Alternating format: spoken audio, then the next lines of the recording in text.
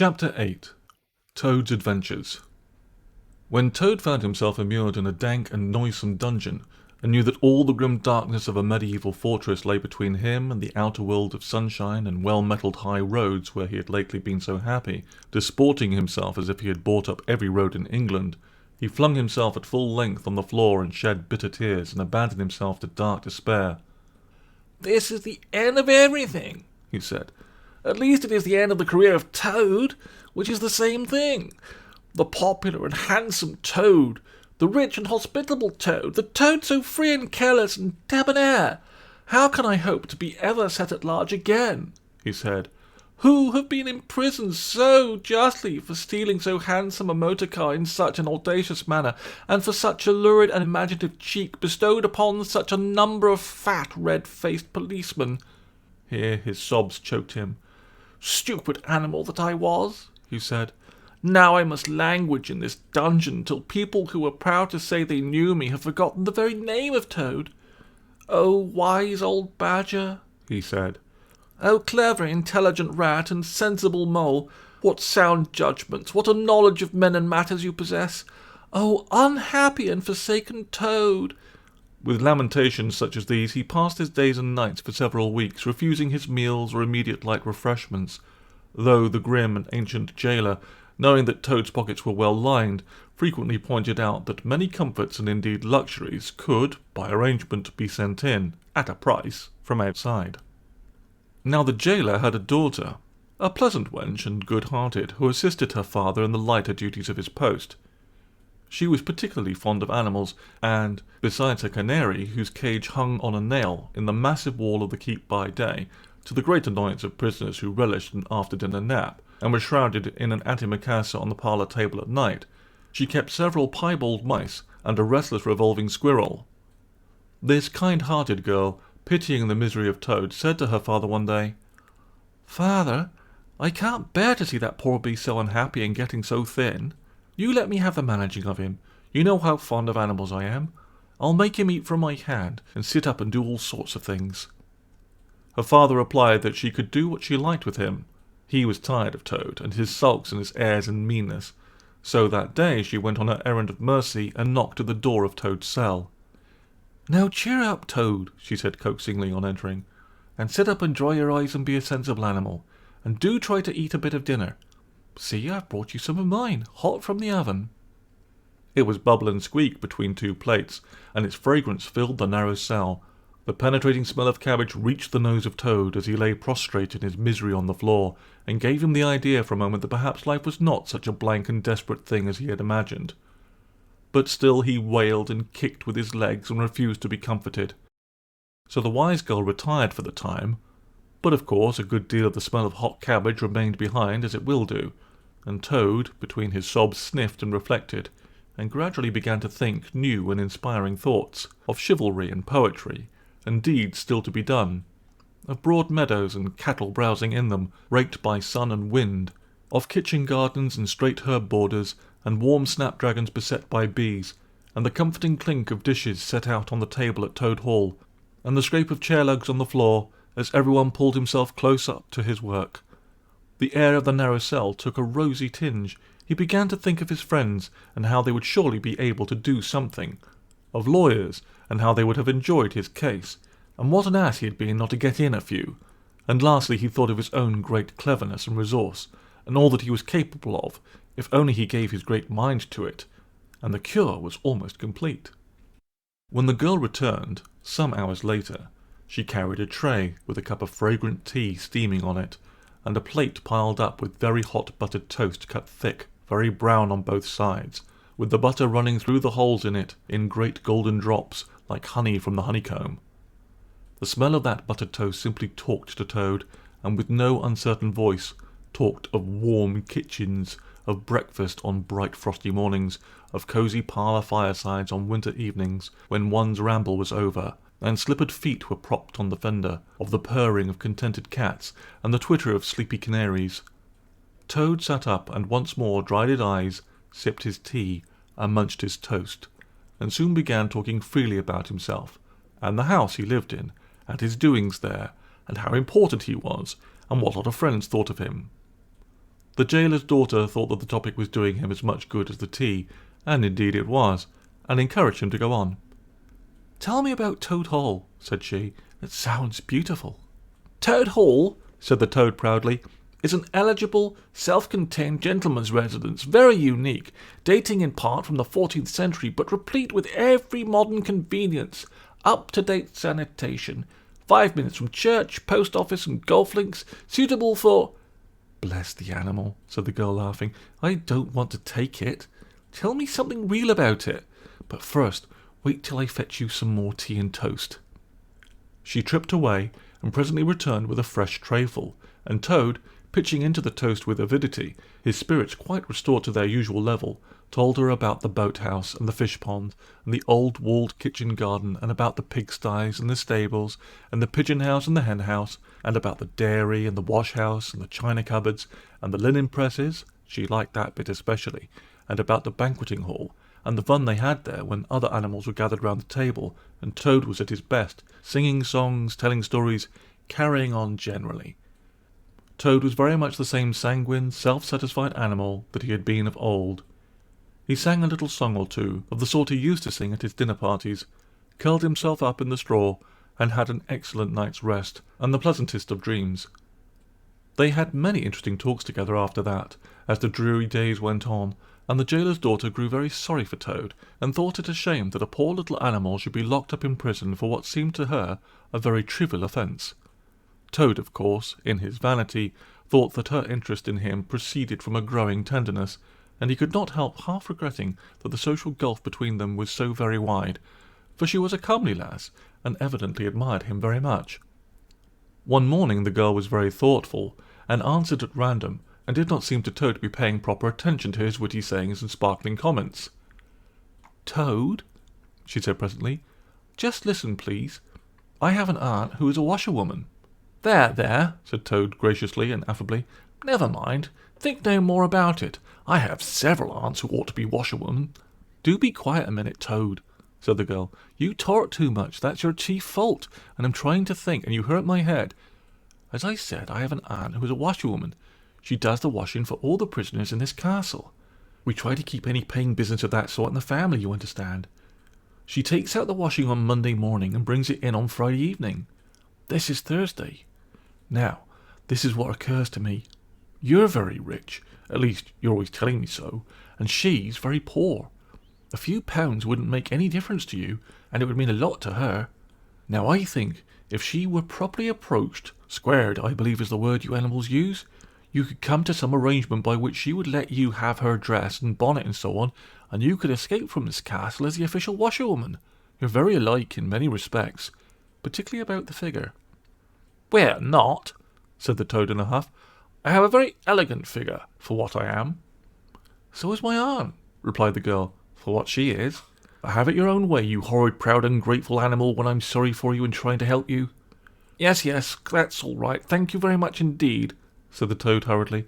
"But look here, you wouldn't surely have Mr. Toad of Toad Hall going about the country disguised as a washerwoman?" "Then you can stop here as a toad," replied the girl with much spirit. "I suppose you want to go off in a coach and four." Honest Toad was always ready to admit himself in the wrong. "You are a good, kind, clever girl," he said, "and I am indeed a proud and a stupid Toad. Introduce me to your worthy aunt, if you will be so kind, and I have no doubt that the excellent lady and I will be able to arrange terms satisfactory to both parties." Next evening, the girl ushered her aunt into Toad's cell, bearing his week's washing pinned up in a towel. The old lady had been prepared beforehand for the interview, and the sight of certain gold sovereigns that Toad had thoughtfully placed on the table in full view practically completed the matter and left little further to discuss. In return for his cash, Toad received a cotton print gown, an apron, a shawl, and a rusty black bonnet, the only stipulation the old lady made being that she would be gagged and bound and dumped down in a corner.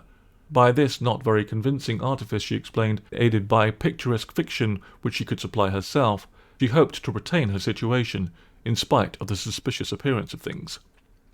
Toad was delighted with the suggestion.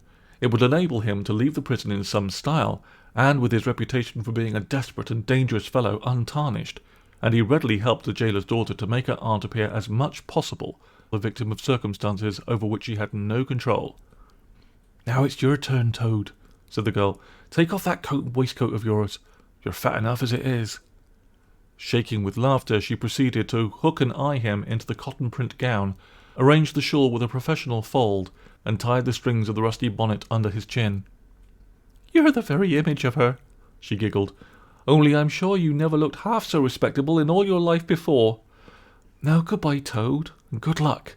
Go straight down the way you came up, and if anyone says anything to you, as they probably will, being but men, you can chaff back a bit, of course, but remember you're a widow woman, quite alone in the world, with a character to lose." With a quaking heart, but as firm a footstep as he could command, Toad set forth cautiously on what seemed to be a most harebrained and hazardous undertaking, but he was soon agreeably surprised to find how easy everything was made for him, and a little humbled at the thought that both his popularity and the sex that seemed to inspire it were really another's. The washerwoman's squat figure in its familiar cotton print seemed a passport for every barred door and grim gateway. Even when he hesitated, uncertain as to the right turning to take, he found himself helped out of his difficulty by the warder at the next gate, anxious to be off to his tea, summoning him to come along sharp and not to keep him waiting there all night. The chaff from the humorous sallies to which he was subjected, and to which of course he had to provide prompt and effective reply, formed indeed his chief danger, for Toad was an animal with a strong sense of his own dignity, and the chaff was mostly, he thought, poor and clumsy, and the humour of the sallies entirely lacking. However, he kept his temper, though, with great difficulty, suited his retorts to his company and his supposed character, and did his best not to overstep the limits of good taste.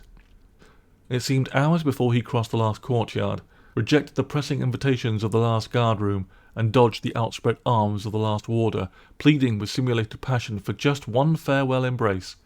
But at last he heard the wicket-gate in the great outer door click behind him, felt the fresh air of the outer world upon his anxious brow, and knew that he was free.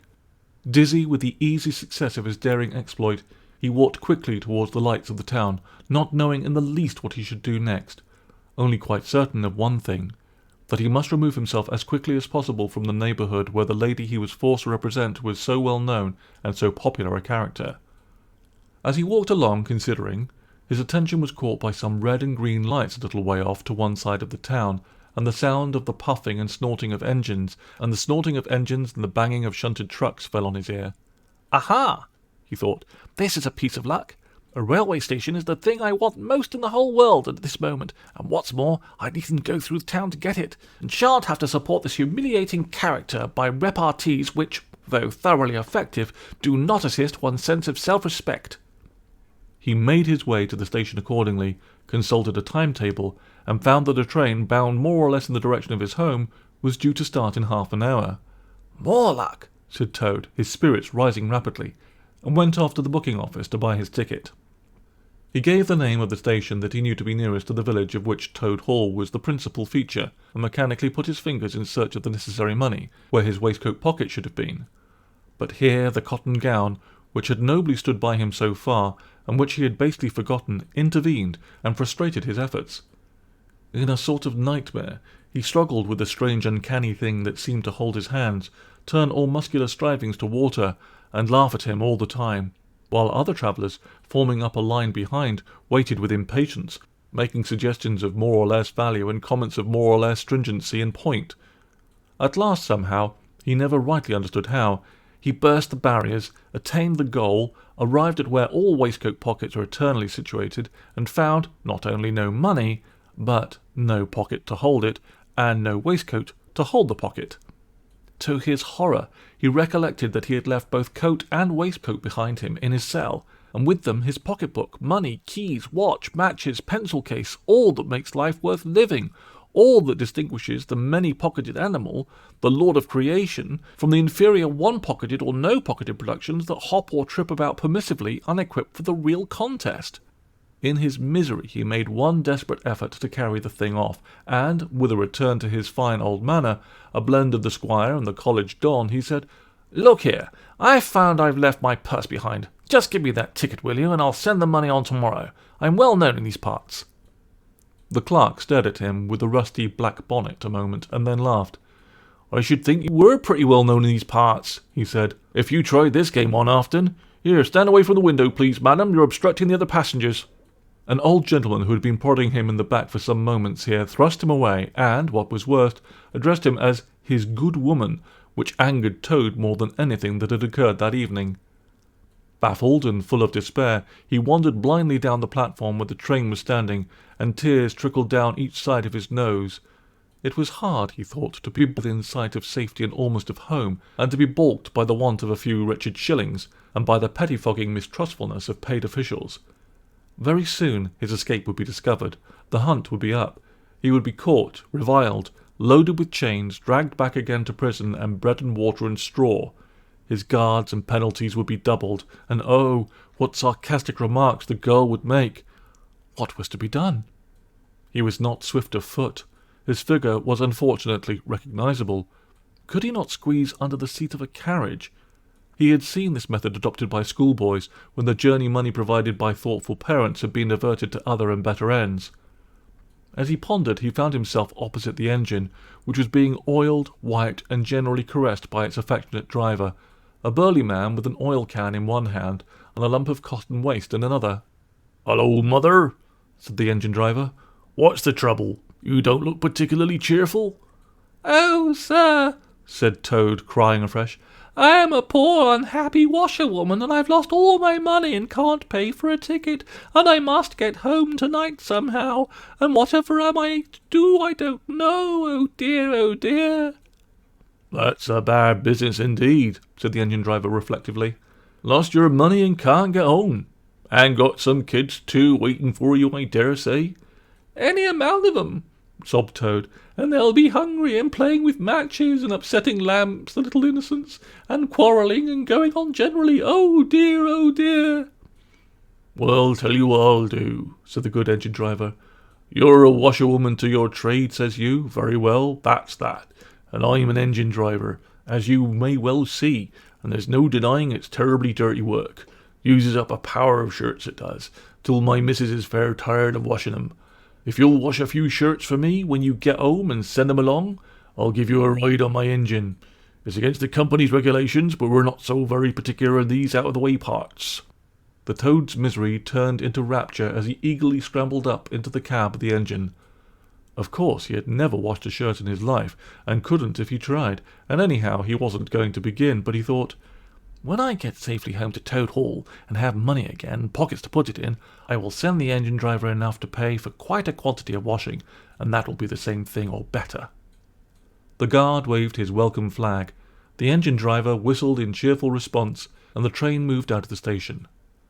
As the speed increased and the Toad could see on either side of him real fields and trees and hedges and cows and horses, all flying past him, and as he thought how every minute was bringing him nearer to Toad Hall, and sympathetic friends, and money to chink in his pocket, and a soft bed to sleep in, and good things to eat, and praise and admiration at the recital of his adventures and his surpassing cleverness, he began to skip up and down and shout and sing snatches of song, to the great astonishment of the engine driver, who had come across washerwomen before at long intervals, but never one at all like this.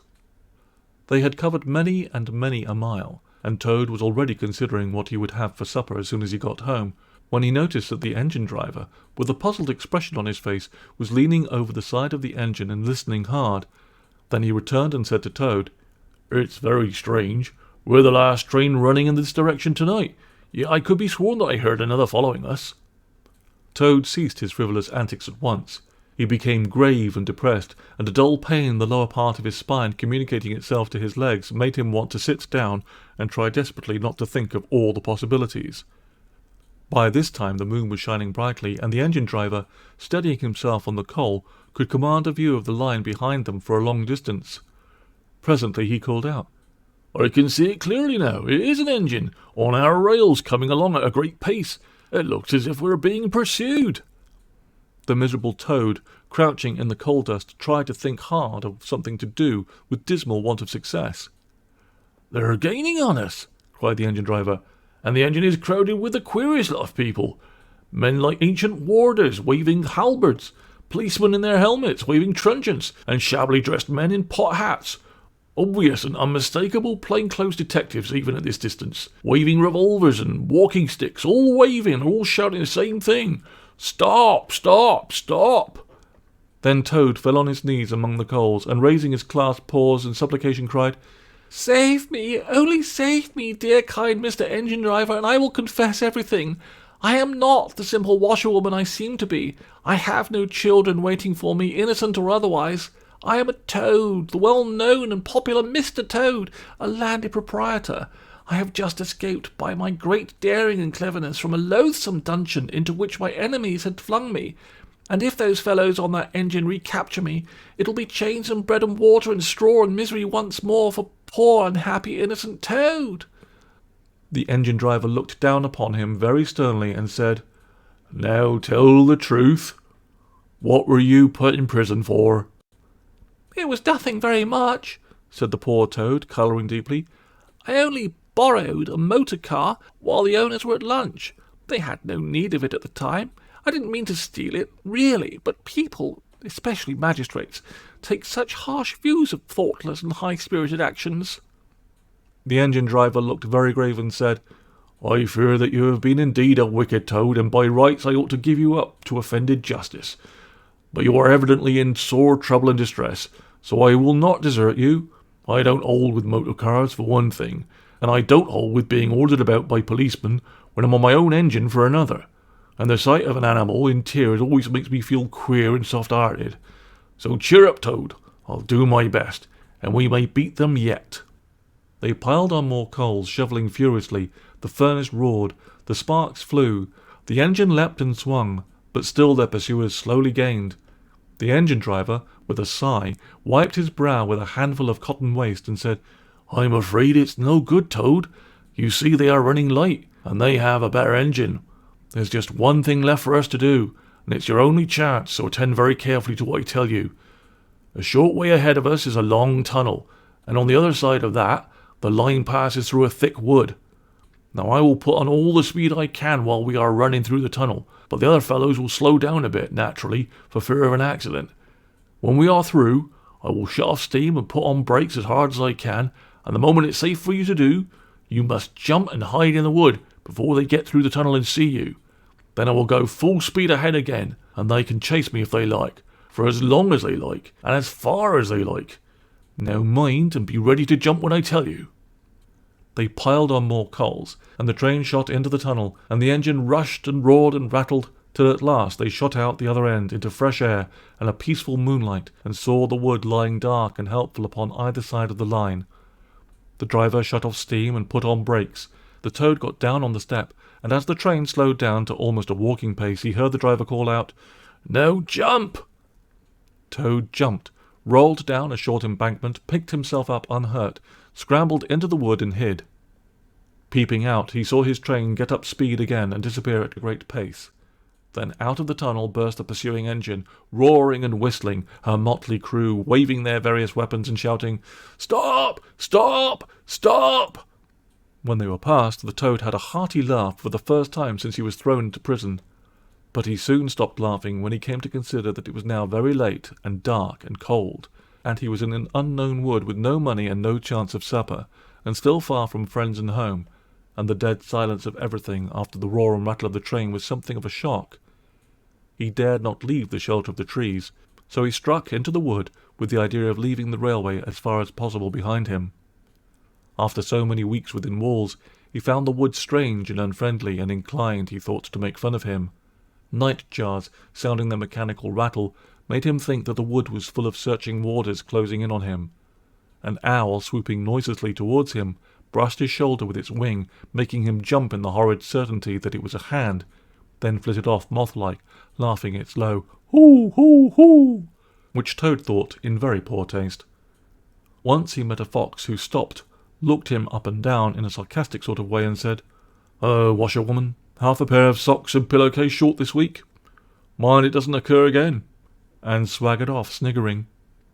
Toad looked about for a stone to throw at him, but could not succeed in finding one, which vexed him more than anything. At last, cold, hungry, and tired out, he sought the shelter of a hollow tree, where, with branches and dead leaves, he made himself as comfortable a bed as he could, and slept soundly till the morning.